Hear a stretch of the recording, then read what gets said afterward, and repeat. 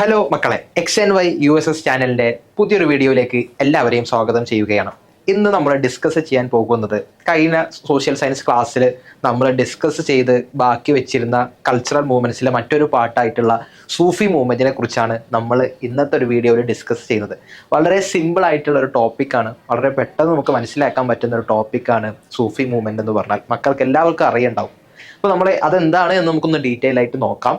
Okay, പിന്നെ അതിന് മുമ്പ് ജസ്റ്റ് എപ്പോഴും ഓർമ്മപ്പെടുത്തുന്നത് പോലെ XNY USS കമ്മ്യൂണിറ്റിയെ കുറിച്ച് ഒന്ന് ഓർമ്മപ്പെടുത്തുകയാണ്. ഫോളോ ചെയ്തിട്ടില്ലാത്തവർ ഫോളോ ചെയ്യണമെന്ന് പറയാണ്. നിങ്ങൾക്ക് ടൈംലി അപ്ഡേറ്റും അതേപോലെ തന്നെ ഡെയിലി ക്വിസും അതേപോലെ തന്നെ മോക്ക് ടെസ്റ്റുകളും ഒക്കെ എന്താണ് ഈ കമ്മ്യൂണിറ്റിയിലൂടെ അവൈലബിൾ ആകും. അപ്പോൾ നിങ്ങൾ എന്താക്കണം, ഈ XNY USS community channel follow ചെയ്യാൻ ശ്രദ്ധിക്കണം. ഓക്കെ, അപ്പോൾ നമ്മൾ സൂഫി മൂവ്മെൻറ്റിലേക്ക് കടക്കുകയാണ്. ഓക്കെ, അപ്പോൾ സൂഫി മൂവ്മെൻറ്റ് എന്ന് പറഞ്ഞാൽ എന്താണ്? അപ്പോൾ നമ്മൾ കഴിഞ്ഞ ക്ലാസ്സിൽ ഡിസ്കസ് ചെയ്തിട്ടുള്ളത് ഭക്തി മൂവ്മെൻറ്റിനെ കുറിച്ചായിരുന്നു അല്ലേ. സൗത്ത് ഇന്ത്യയിൽ നിന്ന് തുടങ്ങി നോർത്ത് ഇന്ത്യയിൽ എത്തിയിട്ടുള്ള ഭക്തി മൂവ്മെൻറ്റിനെ കുറിച്ചാണ് നമ്മൾ സംസാരിച്ചിരുന്നത്. അതിൽ നമ്മൾ ബസവണ്ണ, അതേപോലെ തന്നെ ആൾവാർ, അതേപോലെ തന്നെ നായനാർ എന്നീ കുറച്ച് ഗ്രൂപ്പുകളെ കുറിച്ചും സെക്റ്റുകളെ കുറിച്ചും ഒക്കെ നമ്മൾ സംസാരിച്ചിരുന്നു. അതേപോലെ തന്നെ കബീർ, ഗുരുനാനക്ക്, ഇവരെ കുറിച്ചൊക്കെ നമ്മൾ സംസാരിച്ചിരുന്നു.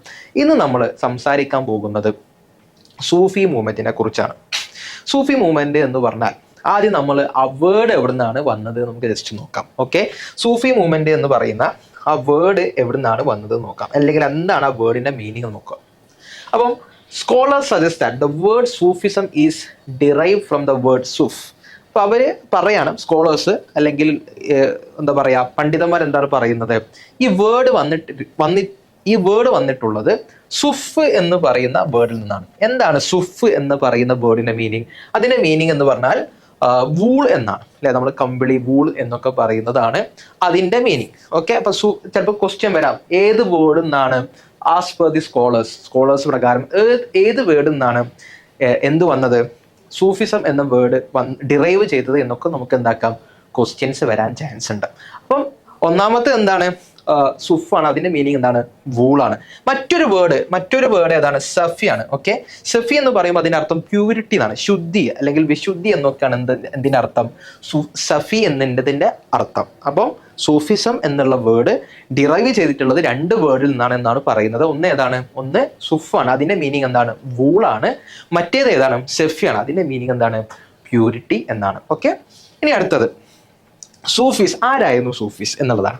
Sufis were those who embraced devotion as a means of approach to god. അഥവാ ദൈവഭക്തി, ദൈവത്തിലേക്ക് അടുക്കുവാനുള്ള ഭക്തി മുൻനിർത്തി ദൈവത്തിലേക്ക് അടുക്കുവാൻ ശ്രമിച്ച ആളുകളായിരുന്നു ആര്, സൂഫികൾ എന്ന് പറയുന്ന ആളുകൾ.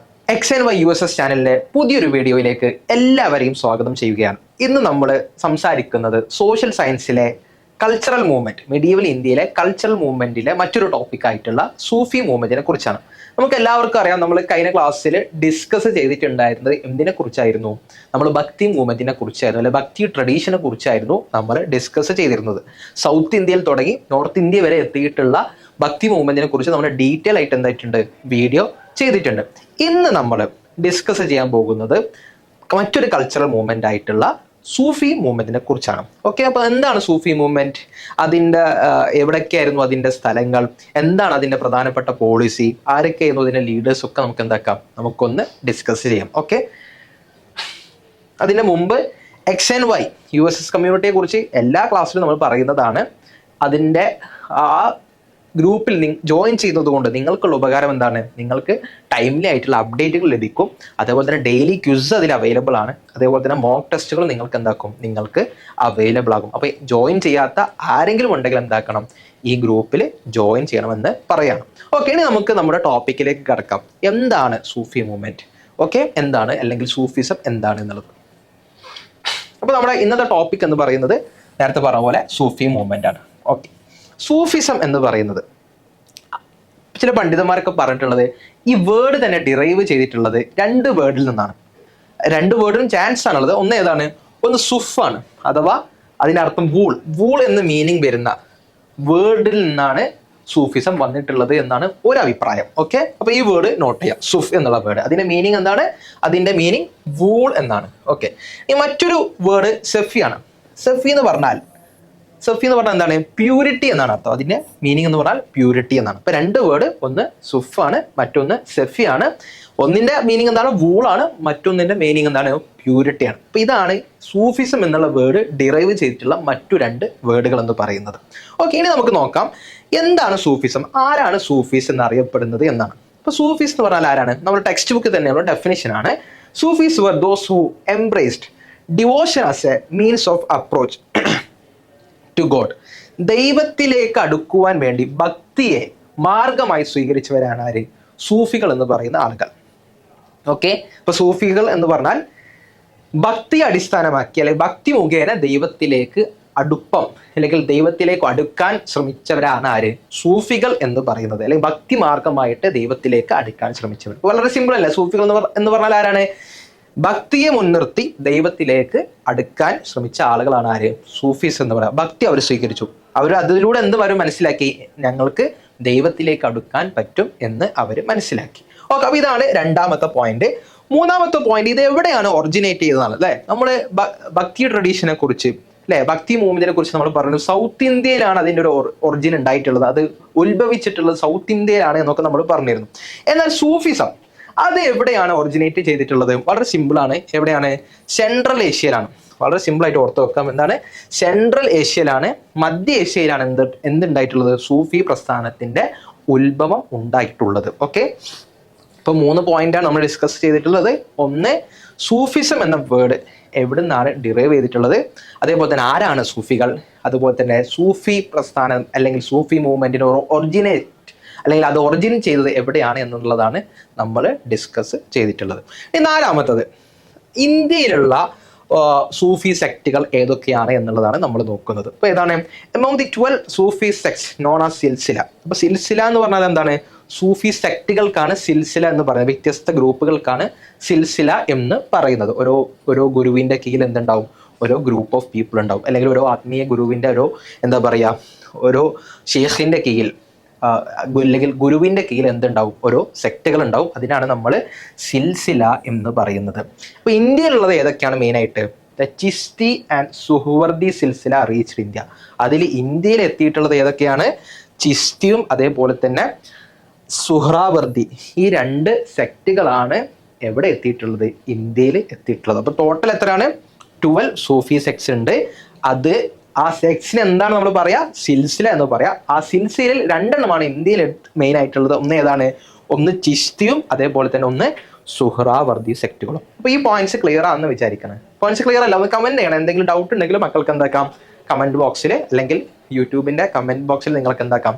ടൈപ്പ് ചെയ്യാം. ഓക്കെ, ഇനി അടുത്തത് എന്താണ്? ചില സൂഫികളുടെ ക്യാരക്ടറിസ്റ്റിക്സ് ആണ് നമ്മൾ പറയുന്നത്. Sufi master was called a പിർ എന്ന് പറഞ്ഞാൽ എന്താണ്? ഷേഖ് എന്നാണ് അർത്ഥം. അതിന്റെ ഗുരുവിനെ, അതിന്റെ മാസ്റ്ററിനെ വിളിക്കുന്ന പേരാണ് എന്ത്?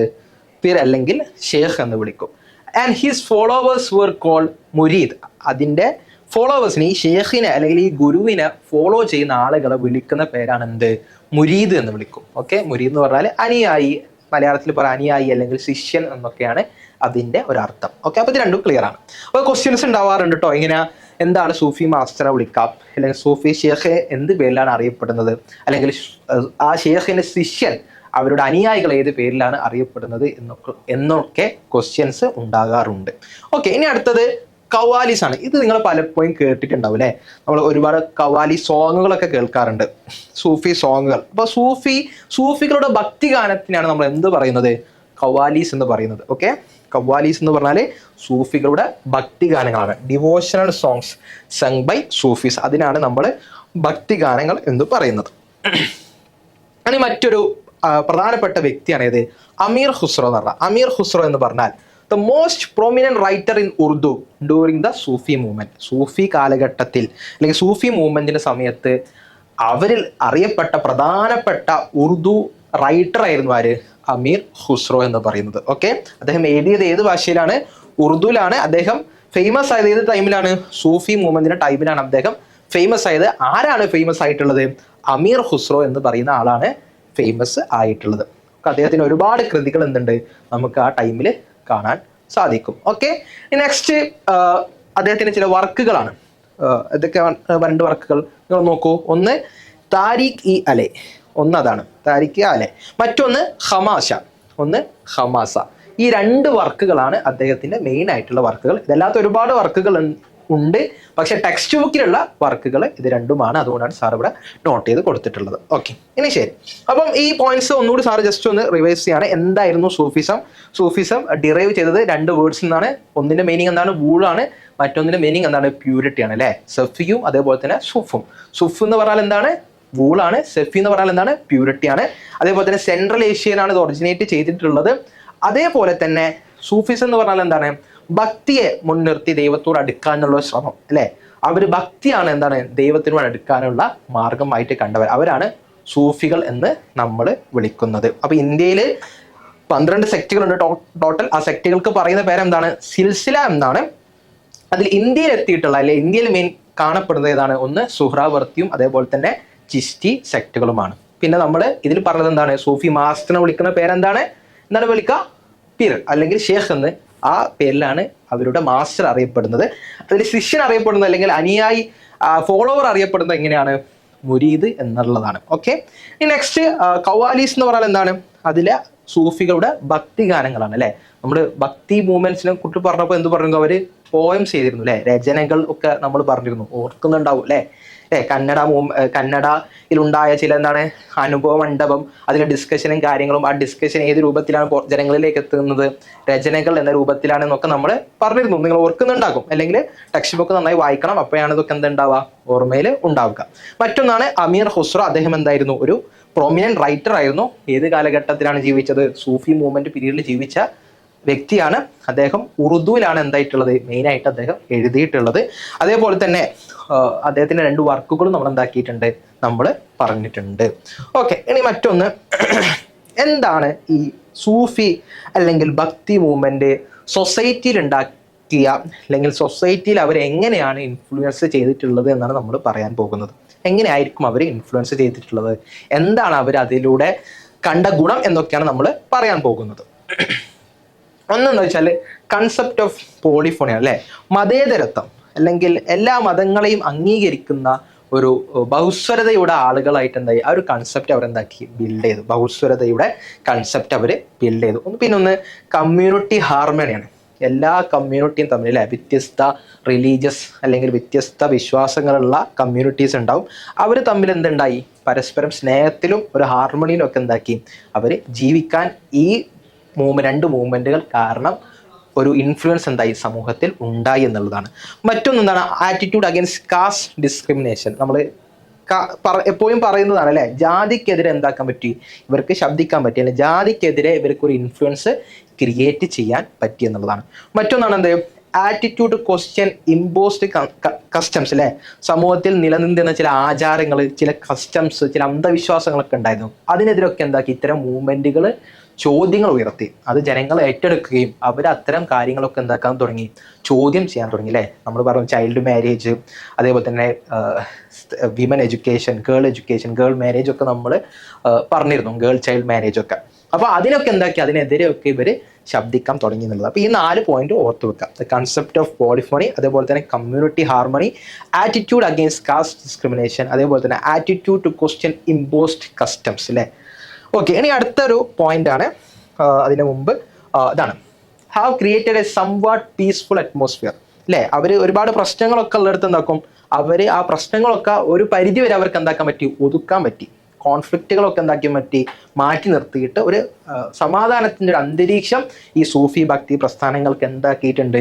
ക്രിയേറ്റ് ചെയ്യാൻ പറ്റിയിട്ടുണ്ട് അല്ലേ. ഒരു അടിപിടി ഒന്നുമില്ല അവരുടെ ആശയമല്ല, അവരുടെ സമാധാനം, ഇപ്പോഴും ആളുകളോട് സൗഹാർദ്ദം, ഇതൊക്കെയാണ് ഈ സൂഫി ഭക്തി മൂവ്മെന്റിന്റെ ഒരു ആദർശം അല്ലെങ്കിൽ ആദർശം എന്ന് പറയുന്നത്. ഓക്കെ, ഇനി അടുത്തത് the concept of unity in diversity, നാനാത്വത്തിൽ ഏകത്വം അല്ലെ. നമ്മുടെ ഇന്ത്യയുടെ ഒരു കൺസെപ്റ്റ് ആയിട്ടുള്ള അല്ലെ, വ്യത്യസ്ത മതക്കാരുണ്ടാവും, അവരവരുടേതായ രീതിയിലൊക്കെ സ്വീകരിച്ചോട്ടെ, പക്ഷെ എന്തുണ്ടാവും? എല്ലാവർക്കും ഇവിടെ അവരുടേതായിട്ടുള്ള റൈറ്റുകൾ ഉണ്ട് എന്നുള്ള യൂണിറ്റി ഇൻ ഡൈവേഴ്സിറ്റി എന്നുള്ള ആശയം അത് എവിടെ നിന്ന് ഇൻഫ്ലുവൻസ് ആയിട്ട് വന്നതാണ്? സൂഫി ഭക്തി മൂവ്മെന്റിന് ഇൻഫ്ലുവൻസ് ആയിട്ട് വന്നിട്ടുള്ളതാണ്. ഓക്കെ, ഇനി മറ്റൊന്ന് ഫ്രട്ടേണിറ്റി ആൻഡ് ഇക്വാലിറ്റി, സാഹോദര്യവും അതേപോലെ തന്നെ തുല്യതയും. ഫ്രട്ടേണിറ്റിയും അതേപോലെ തന്നെ ഇക്വാലിറ്റി, ആളുകൾക്കിടയിൽ എന്തുണ്ടായി? തുല്യതയും സാഹോദര്യവും ഒക്കെ ഉണ്ടായി. മറ്റൊന്നാണ് റിലീജിയസ് ടോളറൻസ് അല്ലെ, മറ്റു മതങ്ങളെ ടോളറേറ്റ് ചെയ്യാൻ പറ്റി, മറ്റു മതങ്ങളെ ടോളറേറ്റ് ചെയ്യാനുള്ള ഒരു മനോഭാവം എല്ലാവർക്കും ഉണ്ട് അല്ലേ. ഒരു ഹിന്ദു മതത്തിൽ വിശ്വസിക്കുന്ന ആളുകൾക്ക് ഒരു മുസ്ലിമിനെ കണ്ടാൽ പ്രത്യേകിച്ച് വിരോധം തോന്നില്ല.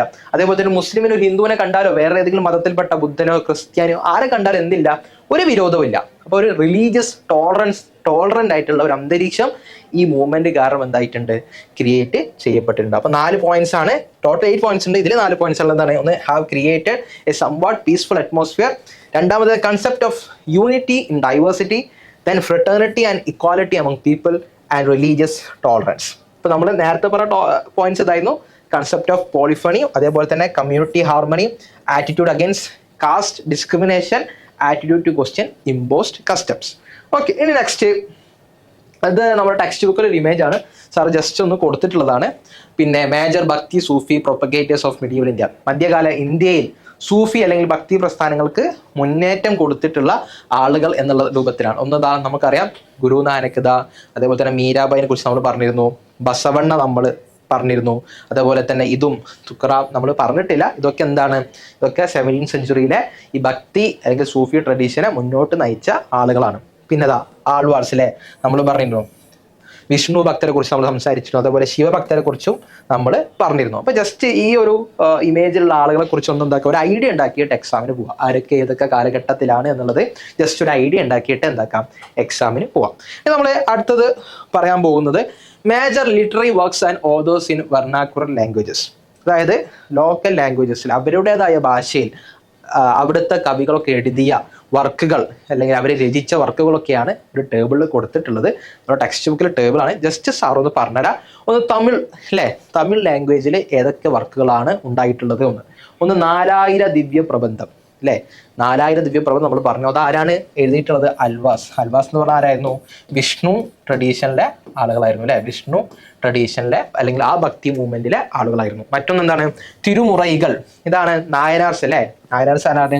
ശിവഭക്തരായിരുന്നു അല്ലെ, ശിവഭക്തരായിരുന്നു. ഇതും നിങ്ങൾക്ക് ഓർമ്മ ഉണ്ടാവും വിചാരിക്കണം. മറ്റൊന്നാണ് കന്നഡയിൽ നമ്മൾ വചനാസ് എന്ന് പറഞ്ഞിരുന്നു. ഓക്കെ, വചനാസ് എന്ന് പറഞ്ഞാൽ എന്താണ്?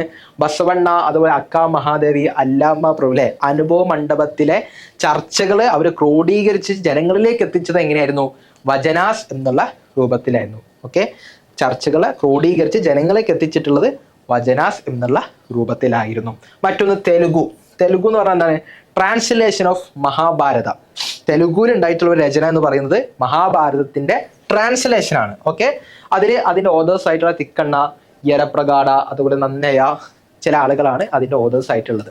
അതേപോലെ തന്നെ ബംഗാളി ലാംഗ്വേജിൽ ഉണ്ടായിട്ടുള്ള ഒരു കൃതിയാണ് ഇത് ഗീതാ ഗോവിന്ദ എന്ന് പറയുന്ന കൃതി. അത് എഴുതിയിട്ടുള്ളത് ആരാണ്? ജയദേവ എന്ന് പറയുന്ന ആളാണ്. ഓക്കെ, ഇനി മറ്റൊന്ന് ഹിന്ദിയിൽ പത്മാവതാണ്. പത്മാവത് എഴുതിയിട്ടുള്ളത് ആരാണ്? മാലിക് മുഹമ്മദ് ജയ്സിയാണ്. പത്മാവത് എഴുതിയിട്ടുള്ളത് മാലിക് മുഹമ്മദ് ജയ്സിയാണ്. മറ്റൊന്ന് മലയാളത്തിലെ ചില കൃതികളും രചയിതാക്കളുമാണ്. ഒന്ന് ജ്ഞാനപ്പന. ഓക്കെ, ജ്ഞാനപ്പാന അത് എഴുതിയിട്ടുള്ളത് ആരാണ്? പൂന്താനമാണ് അത് എഴുതിയിട്ടുള്ളത്. മറ്റൊന്നെന്താണ്? ആധ്യാത്മ രാമായണം കിളിപ്പാട്ട് എന്ന് പറഞ്ഞ് തുഞ്ചത്ത് രാമാനുജൻ എഴുത്തച്ഛൻ എഴുതിയിട്ടുള്ള കിളിപ്പാട്ടുകൾ അല്ലെ, നമ്മൾക്കൊക്കെ അറിയാവുന്ന ചില ഗ്രന്ഥങ്ങളാണ് ഇതൊക്കെ. മറ്റൊന്നാണ് എന്ത്? മൊഹീദ്ദീൻ മാല അല്ലെ, മുസ്ലിമീങ്ങൾക്കിടയിൽ ഫേമസ് ആയിട്ടുള്ള മൊഹീദ്ദീൻ മാല എന്ന് പറയുന്നത്. അത് എഴുതിയിട്ടുള്ളത് ആരാണ്? ഖാസി മുഹമ്മദാണ്. അപ്പോൾ ഈ ഒരു ചാപ്റ്ററിൽ നമുക്ക് ഇത്രയുമാണ് ഡിസ്കസ് ചെയ്യാൻ, വളരെ ഇമ്പോർട്ടൻ്റ് ആയിട്ടുള്ള ടോപ്പിക്സ് മാത്രമാണ് ഡിസ്കസ് ചെയ്യുന്നത്. അപ്പം ബാക്കിയുള്ള നിങ്ങൾ എന്താക്കണം? നിങ്ങൾ എന്തായാലും ടെക്സ്റ്റ് ബുക്കുകൾ വായിക്കണം. മക്കൾ എന്തായാലും ടെക്സ്റ്റ് ബുക്കുകൾ വായിച്ചിട്ട് എന്താക്കാൻ പാടുള്ളൂ, എക്സാമിന് പോകാൻ പാടുള്ളൂ. വളരെ ഇമ്പോർട്ടൻ്റ് ആയിട്ടുള്ള ടോപ്പിക്കുകൾ മാത്രമാണ് നമ്മൾ ഡിസ്കസ് ചെയ്യുന്നത്. അപ്പം മറ്റൊരു സോഷ്യൽ സയൻസിൻ്റെ ടോപ്പിക്കുമായിട്ട് നമുക്ക് വീണ്ടും കാണാം. അതിനു മുമ്പ് ഇന്ന് നമ്മൾ ഡിസ്കസ് ചെയ്തിട്ടുള്ള കാര്യങ്ങളൊന്ന് വളരെ ചുരുക്കത്തിൽ പറയുകയാണ്. ഒന്ന് നമ്മൾ പറഞ്ഞിട്ടുള്ളത് എന്താണ്? സൂഫി മൂവ്മെന്റിനെ കുറിച്ചാണ് അല്ലെ, സൂഫി ട്രഡീഷണൽ മൂവ്മെന്റിനെ കുറിച്ചാണ് നമ്മൾ പറഞ്ഞിട്ടുള്ളത്. അതിന്റെ ഒറിജിനും അതിന്റെ വേർഡ് എവിടെ നിന്നാണ് ഡിറൈവ് ചെയ്തിട്ടുള്ളതും അതിൽ പ്രധാനികൾ ആരായിരുന്നു എന്നൊക്കെ നമ്മൾ പറഞ്ഞു. പിന്നെ അത് സമൂഹത്തിൽ ഉണ്ടാക്കിയ ഇൻഫ്ലുവൻസ്, ക്രിയേറ്റ് ചെയ്തിട്ടുള്ള ഇൻഫ്ലുവൻസ് എന്താണ് എന്ന് നമ്മൾ പറഞ്ഞു. പിന്നെ ആരൊക്കെയാണ് ഇതിൽ പ്രധാനപ്പെട്ട ആളുകൾ എന്നുള്ളത് നമ്മൾ പറഞ്ഞിരുന്നു. ഓരോ സെഞ്ചുറിയിലും ഓരോ നൂറ്റാണ്ടിലും അത് ആരൊക്കെയായിരുന്നു എന്നുള്ളത് സാറോട് ഇമേജ് കാണിച്ചിരുന്നു, നിങ്ങൾ ഓർക്കുന്നുണ്ടാവും. ഇതിലെന്താണ് പറയുന്നത്? Vernacular language, local language, Malayalam, Tamil, Kannada, Telugu, Bengali തുടങ്ങിയ ലാംഗ്വേജുകളിൽ ഉണ്ടായിട്ടുള്ള ഫേമസ് ആയിട്ടുള്ള കൃതികളും അതിൻ്റെ രചയിതാക്കളുമാണ് നമ്മൾ പറഞ്ഞിട്ടുള്ളത്. പുതിയൊരു വീഡിയോ ആയിട്ട് നമുക്ക് അടുത്തൊരു ക്ലാസ്സിൽ കാണാം. ഇത് ജസ്റ്റ് ഒന്ന് പറയാണ്, ഇത് കവ്വാലി സംഗീതം, നമ്മളെ ഡൽഹിയിലുള്ള നിസാമുദ്ദീൻ ദർഗയിലുള്ള കവാലി സംഗീതത്തിന്റെ ജസ്റ്റ് ഒരു ഫോട്ടോ ആണ്. ഇത് ഇമ്പോർട്ടൻ്റ് ഒന്നല്ല. പക്ഷേ കവാലി സംഗീതം എന്താണെന്ന് നിങ്ങൾ എന്താക്കിയാൽ മതി, മനസ്സിലാക്കിയാൽ മതി. അത് സൂഫി ഡിവോഷണൽ സോങ് ആണ്. നമ്മൾ ഈ ക്ലാസ് അവസാനിപ്പിക്കുന്നതിന് മുന്നേ നമ്മൾ ജസ്റ്റ് ചെറിയൊരു സാധനം കാണിക്കാണ്. എന്താണ് ഇത്? ആർക്കെങ്കിലും ഒന്ന് കമൻറ്റ് ബോക്സിൽ പറയാൻ പറ്റുമോ? എന്താണ് ഇത്? ഒന്ന് ജസ്റ്റ് കമൻറ്റ് ബോക്സിൽ പറഞ്ഞാൽ മതി. ഓക്കെ, നിങ്ങളുടെ ടെക്സ്റ്റ് ബുക്കിൽ ഒരു ഇമേജ് ആണ്. അപ്പോൾ ടെക്സ്റ്റ് ബുക്ക് നോക്കാം, എന്താണ് ഈ ഇമേജ് എന്ന് നിങ്ങൾ എന്താക്കാം, ഒന്ന് കമൻറ്റ് ബോക്സിൽ ടൈപ്പ് ചെയ്യും കേട്ടോ. അപ്പം കൂടുതൽ സോഷ്യൽ സയൻസിലെ പാഠങ്ങളുമായി അടുത്തൊരു വീഡിയോ നമുക്ക് കാണാം. അതുവരേക്കും ബൈ.